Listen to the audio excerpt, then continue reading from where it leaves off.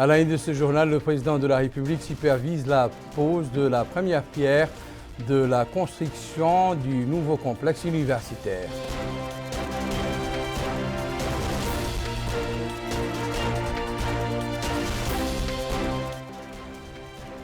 Le ministre de la Santé s'informe sur les prestations de l'hôpital mobile Mohamed Ben Zayed et le Centre national des opérations d'urgence en santé publique.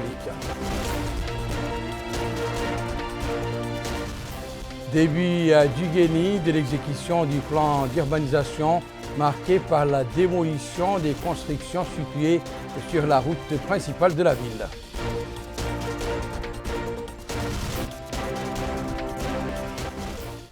Mesdames, Messieurs, bonsoir et bienvenue à cette édition du journal. L'Université Al Asriya prend de l'envergure. En effet, comme annoncé dans les titres, cet après-midi, le président de la République, M. Mohamed Ould Cheikh Al Ghazouani, a procédé à la pose de la première pierre d'un nouveau complexe universitaire d'une capacité de 11 000 sièges.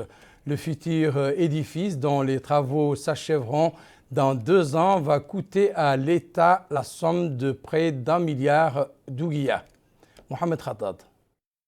C'est une cérémonie de pose de la première pierre de construction d'un nouveau complexe universitaire à l'université de Nouakchott, supervisée ce matin dans la wilaya de Nouakchott-Ouest par le président de la République, M. Mohamed Ould Cheikh Al Ghazouani, qui s'inscrit dans le cadre de la politique générale du gouvernement visant à concrétiser son programme électoral Ta'ahoudati, mes engagements, notamment dans son volet lié au relèvement du niveau d'instruction dans le pays en développant des approches fondées sur la modernisation des établissements d'enseignement et fournir l'équipement et les outils nécessaires. Prenant la parole à cette occasion, le ministre de l'Habitat, de l'Urbanisme et de l'Aménagement du Territoire, M. Sid Ahmed El Mohamed, a expliqué que l'université de Nouakchott, dans sa forme actuelle, a été construite pour accueillir 14 000 étudiants universitaires seulement, mais qu'elle a dépassé sa capacité d'absorption d'il y a un certain temps. C'est pourquoi le ministère a décidé, sur ordre du président de la République, M. Mohamed Ould Cheikh Al Ghazouani, de porter cette capacité d'absorption à 25 000 élèves dans le cadre du volet bâtiments et construction dont bénéficient tous les services publics. Il est vrai que le domaine de l'éducation dans notre pays a bénéficié, depuis l'arrivée au pouvoir de son Excellence le Président de la République, d'une grande attention, comme en témoigne le choix stratégique de l'instauration de l'école républicaine, décidée par le Président de la République, M. Mohamed Ould Cheikh Al Ghazouani, qui a ordonné de veiller à tout ce qui est nécessaire pour la concrétiser dans les faits. Notons que le ministère a achevé depuis 2019 environ 1500 classes et s'emploie actuellement à en achever 1600 autres salles au profit de l'enseignement primaire et secondaire. M. Sid Ahmed a indiqué que son département veillera à ce que ce nouveau complexe universitaire soit achevé dans les délais contractuels spécifiés et qu'il soit conforme aux normes de qualité technique et architecturale définies. De son côté, la présidente de la région de Nouakchott, Mme Fatimatou Ment Abdelmalek, a expliqué que ce projet, qui constitue une nouvelle étape dans la série de réalisations, de développement que connaît le pays, renforcera notre système éducatif et contribuera à créer des conditions propices à élever le niveau académique de nos étudiants dans les différentes facultés bénéficiaires. Le maire de la commune de Tevraghzena, M. Talib El Mahjoub, a quant à lui souligné dans son allocution que ce complexe universitaire, qui sera construit et doté des équipements nécessaires, vient s'ajouter aux nombreuses réalisations de bâtiments éducatifs, sanitaires et administratifs, des réseaux routiers, des réseaux d'eau et d'électricité et de diverses autres installations et équipements qui ont été construits dans le cadre du programme Mes engagements du président de la République, M. Mohamed Ould Cheikh Al Ghazouani. Il convient de noter que le coût global de ce complexe universitaire qui sera construit dans les 24 mois à venir sur une superficie totale de 37 297 mètres carrés et de 991 674 ouguiyas, comme l'a précisé le directeur des bâtiments et équipements publics au ministère de l'Habitat, de l'Urbanisme et de l'Aménagement du Territoire, M. Ibrahim Ould Sghayr, soulignant que ce nouveau complexe universitaire est constitué de 4 facultés, à savoir la faculté de médecine, celle des lettres et sciences humaines, la faculté des sciences et techniques et la faculté des sciences juridiques et économiques. La fiche technique de ce complexe universitaire, conviendra-t-il, indique 4 amphithéâtres, 81 bureaux et 80 salles de classe seront construits pour la faculté des sciences juridiques et économiques. 38 laboratoires, 10 amphithéâtres et 80 salles de classe pour la faculté des sciences et techniques. Quant à la faculté des lettres et sciences humaines, elle sera dotée de 11 laboratoires dédiés aux langues, 73 bureaux et 35 salles de classe, alors que la faculté de médecine bénéficiera de 2 amphithéâtres, 3 bureaux et 14 salles de classe, sans oublier les espaces verts, les buvettes, les espaces de divertissement et autres parkings. Notre pays, par le biais du ministère des Affaires étrangères, de la coopération et des Mauritaniens de l'extérieur, a fortement exprimé ce mardi sa condamnation de l'assaut de la cour de la Sainte Mosquée Al-Aqsa par un ministre du gouvernement israélien. Dans un communiqué de presse, le ministère des Affaires étrangères rappelle que l'assaut de la cour de la Sainte Mosquée Al-Aqsa par un ministre israélien constitue une violation flagrante du droit international et une provocation brutale des sentiments de la Oumma islamique. Tout en condamnant cette violation flagrante de toutes les normes et conventions internationales et de toutes les mesures visant à modifier le statut juridique de la Sainte Mosquée Al-Aqsa, la République islamique de Mauritanie réaffirme sa position ferme aux côtés du peuple palestinien et son appui à tous les efforts et les médiations visant à mettre fin à l'occupation et à créer un État palestinien indépendant aux frontières de 1967 avec El-Quds pour capitale, conformément aux résolutions internationales adoptées à ce sujet, conclut le communiqué. Le ministre de la Santé, M. Mokhtar Ould Dahi, était ce mardi l'hôte de l'hôpital mobile Mohamed Ben Zayed et le Centre national des opérations d'urgence en santé publique. L'occasion pour lui de s'informer sur les prestations de ces deux structures et de passer en revue avec l'administration son plan d'action pour l'année 2023 et son bilan d'action durant les derniers mois de l'année écoulée. Abdullah Damaba. Le ministre de la Santé s'est rendu au sein des différents services dont regorge le centre hospitalier Cheikh Zayed, particulièrement au niveau du service des urgences. Cette visite lui a permis de s'enquérir de près de la réalité au niveau de ces structures et des problèmes auxquels le personnel de ce centre hospitalier fait face. Mokhtar Ould Dahi s'est aussi rendu au compartiment dédié aux patients atteints de Covid-19. Il a eu à s'informer des dispositions prises, en particulier les réserves d'oxygène dont dispose le centre pour faire face à toute éventualité. Mokhtar Ould Dahi, ministre de la Santé, a déclaré que cette structure hospitalière a une capacité d'accueil de 120 lits, dont 24 dédiés à la réanimation intensive, 24 autres aux soins intensifs et 72 pour la prise en charge en temps normal des malades. Il a en outre indiqué que la situation sur place est rassurante au vu des mesures prises pour faire face aux cas d'urgence. Le ministre de la Santé s'est par ailleurs réuni avec le directeur général de la santé publique, le directeur du Centre national de cardiologie et d'autres responsables de ce secteur, afin d'évoquer le plan de travail au sein du Centre national des opérations d'urgence pour cette année. Ce mardi était par excellence une journée de décoration de certains commis de l'État à l'occasion du 62e anniversaire de l'indépendance nationale. Et on commence par le ministère de la fonction publique et du travail dont la ministre Zainabou Hamdna a décoré au nom du président de la République de la médaille de chevalier de l'Ordre du Mérite national, M.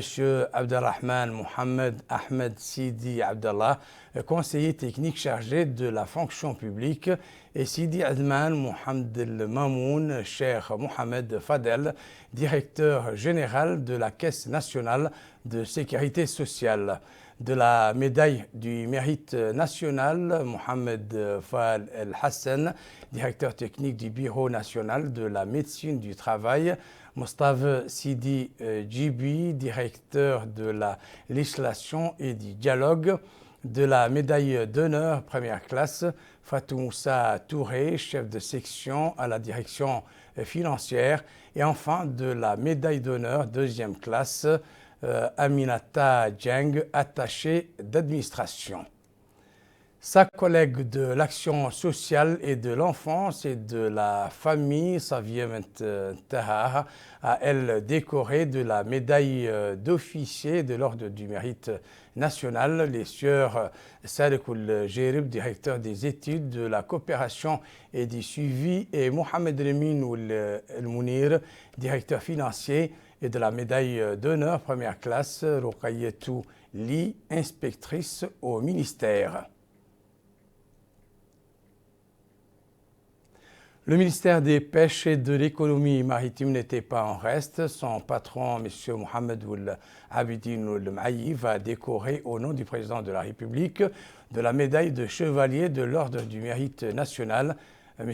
Dah Sidi Mohamed Alioun, chargé de mission au ministère, Mohamed Abdelrahman Joumoua, secrétaire permanent de l'observation économique, sociale et des statistiques de pêche, et Cheibani Mohamed Abdallahi, directeur régional de la marine à Nouadhibou.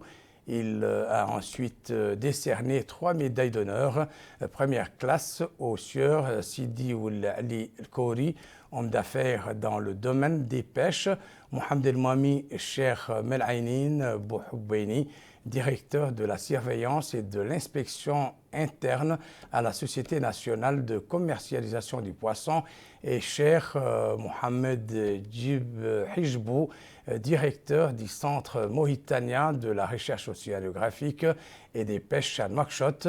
Enfin, la médaille d'honneur deuxième classe a été attribuée à Toutou Mentel Béchir, chef service de la trésorerie au ministère des Pêches.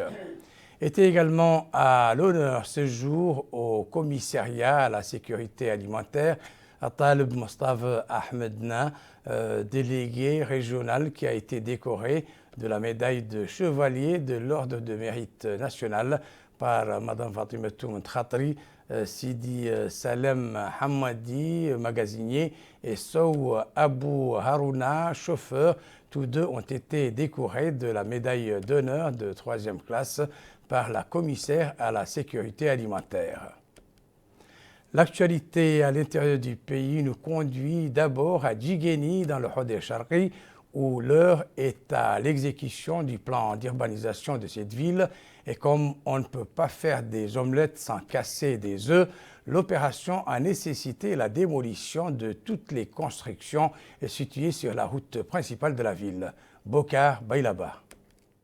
Empiètement de l'espace public et occupation anarchique. Tout cela va devenir désormais un lointain souvenir pour les habitants de la ville de Djiguéni au Hodeh Charqi. En d'autres termes, les pouvoirs publics ont pris le taureau par les cornes en exécutant le plan d'urbanisation de Djiguéni. Et cela a commencé par le démolissement de toutes les constructions situées sur la route principale. L'objectif est de donner un nouveau visage à la ville à travers l'ouverture des rues, l'évacuation des places publiques et l'attribution de parcelles de terrain aux populations, en plus de la fourniture de l'électricité et de l'eau potable dans tous les quartiers de Djiguéni. Dans son intervention devant les habitants de la ville, le wali du Hodeh Charqi, Selmo Ould Sidi, a déclaré que l'exécution du plan d'urbanisme de la ville de Djiguéni s'est faite en toute transparence.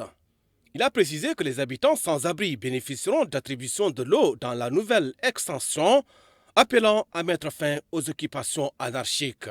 De son côté, le maire de la commune de Djiguéni a loué la concrétisation d'un rêve des habitants de la ville. En définitive, les pouvoirs publics ne ménageront aucun effort pour que le plan d'urbanisation de Djiguéni soit exécuté conformément aux directives des pouvoirs publics, sans que cela ne soit fait au détriment des intérêts des uns et des autres. Direction la ville de Tijigja qui abrite depuis ce matin un atelier de formation au profit des directeurs de l'enseignement fondamental et secondaire aux côtés d'inspecteurs dans la wilaya du Tagan.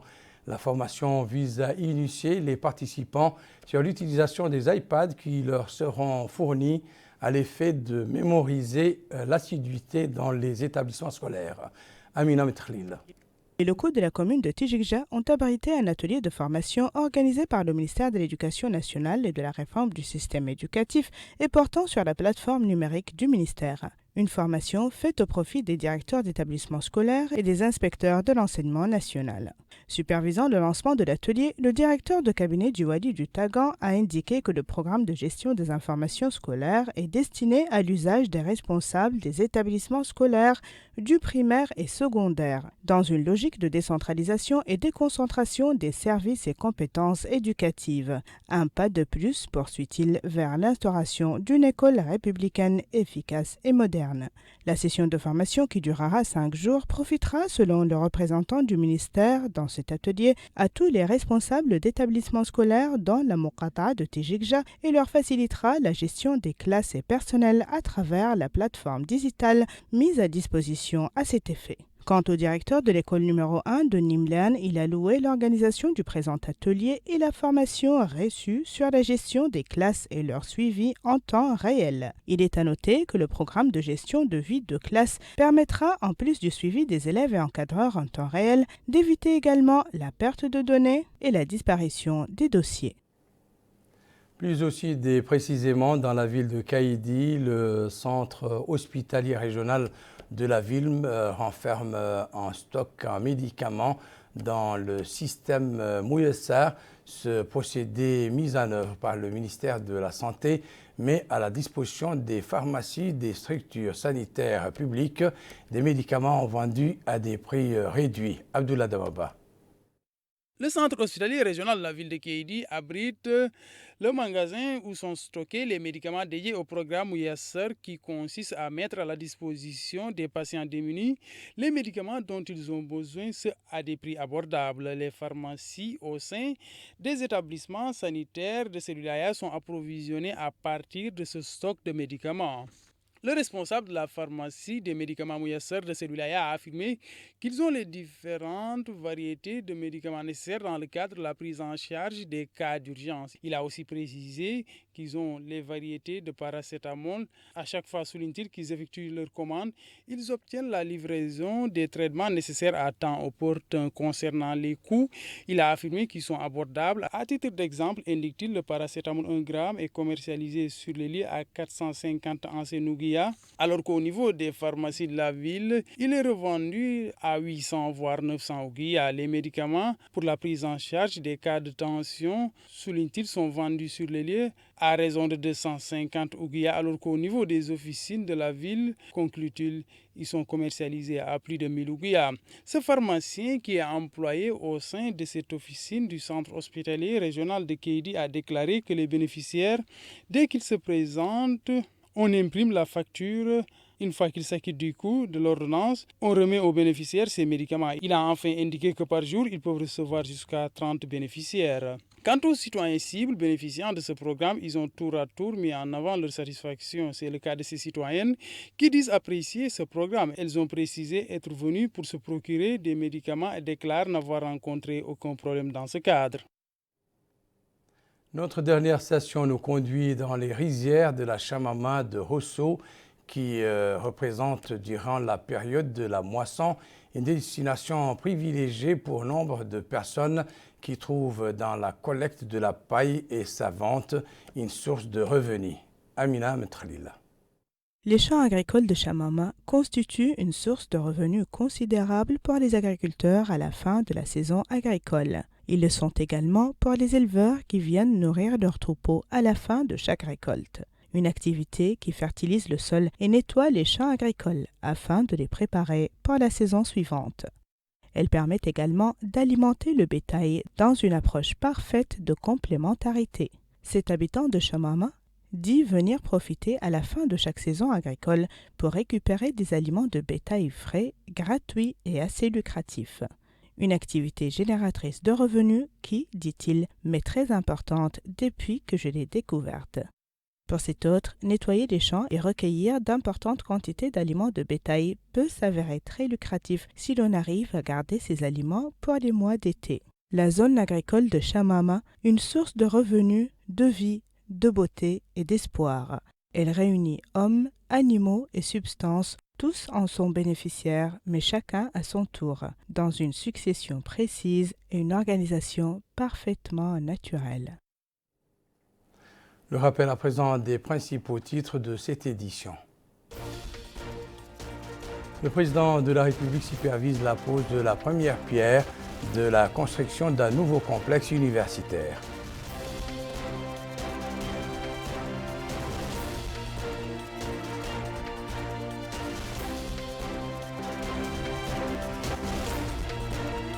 Le ministre de la Santé s'informe sur les prestations de l'hôpital mobile Mohamed Ben Zayed et le Centre national des opérations d'urgence en santé publique.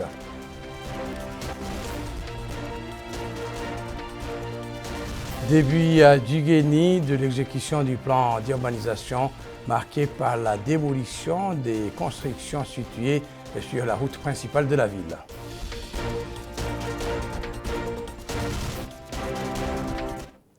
C'est la fin de cette édition. Merci pour votre attention. Excellent moment avec le reste des programmes d'El Mauritania.